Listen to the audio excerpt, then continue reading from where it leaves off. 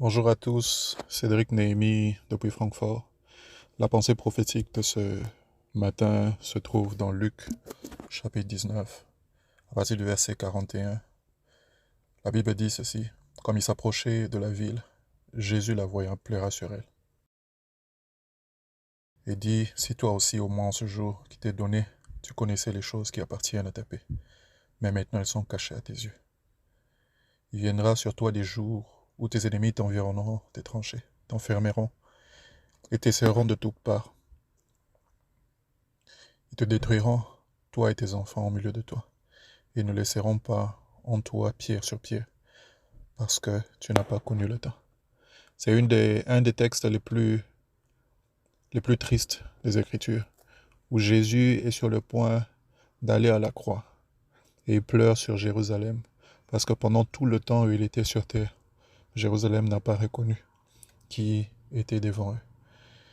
Jérusalem n'a pas reconnu que le salut était là, que le Messie qui était en train de venir était là. Et il se met à pleurer. Ce texte est encore plus profond parce qu'on se rend compte à quel point Jésus aimait Jérusalem. Jésus aimait la nation juive. Mais elle n'a pas reconnu la visitation de Dieu.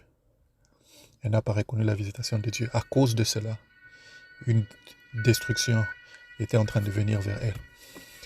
Combien de fois ne nous retrouvons-nous pas dans des situations où Dieu nous a promis des choses? Et nous sommes même en train de les attendre. Dieu a dit telle ou telle autre chose va venir dans nos vies. On va le voir, on va le toucher. On est même en train on a même une attente profonde, une soif de voir ces choses. On est en train de travailler, de s'investir pour voir cette chose arriver. Mais on ne la voit pas arriver. Et par moments, on blâme Dieu. Par moments, on blâme les gens autour de nous, on blâme les circonstances.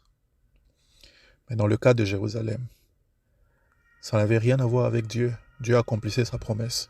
Mais Jérusalem n'a tout simplement pas connu le temps de sa visitation. Il y a beaucoup de choses dans la vie qui ne dépendent pas de Dieu, mais qui dépendent de notre discernement du temps dans lequel on se trouve, qui dépendent de notre sensibilité à comprendre où est-ce qu'on en est dans le temps où nous sommes, et quelle est l'attitude qu'il faudrait adopter. Dans le psaume 90, verset 12, la Bible dit « Apprends-moi à bien compter mes jours, afin que j'applique mon cœur à la sagesse. » Une des grandes conséquences de la connaissance ou du discernement du temps, la connaissance du temps dans lequel on est, c'est que nous acquérons la sagesse d'agir, la sagesse de se comporter, la sagesse de faire les choses. Apprends-moi à bien compter mes jours, afin que j'applique mon cœur à la sagesse. Et ce matin, j'aimerais dire à quelqu'un, il y a quelque chose qui est en train de venir. Il y a des choses que Dieu a promises. Il y a des choses que Dieu a dit, il va les faire. Nous avons besoin de la sagesse qui découle du discernement du temps. Nous avons besoin d'un cœur qui peut discerner le temps dans lequel on est. Nous avons besoin de sortir du pas qu'Israël avait emporté, avait emprunté, et décider de vivre avec le discernement du temps.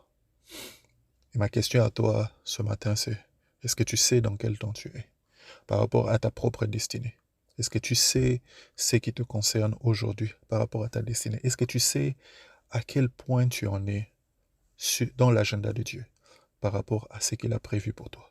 Dieu, quand il t'a envoyé sur la terre, avait un plan. Dieu avait un programme. Il y a des choses qui étaient en train de se passer, n'est-ce pas, qui te préparaient à ce jour-ci. Est-ce que tu sais où est-ce que tu en es dans le calendrier de Dieu? Apprends-moi à bien compter mes jours. La chose la plus triste qui pourrait nous arriver, c'est que Dieu pleure aussi sur nos destinées comme il a pleuré sur Jérusalem. Parce que nous n'avons pas discerné le temps.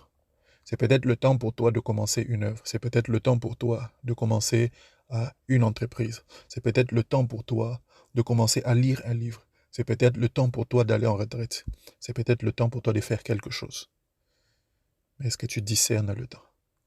Beaucoup de choses dans notre vie et dans notre marche dépendent de notre discernement du temps. Votre frère Cédric Néhémie, depuis Francfort. Que Dieu vous bénisse.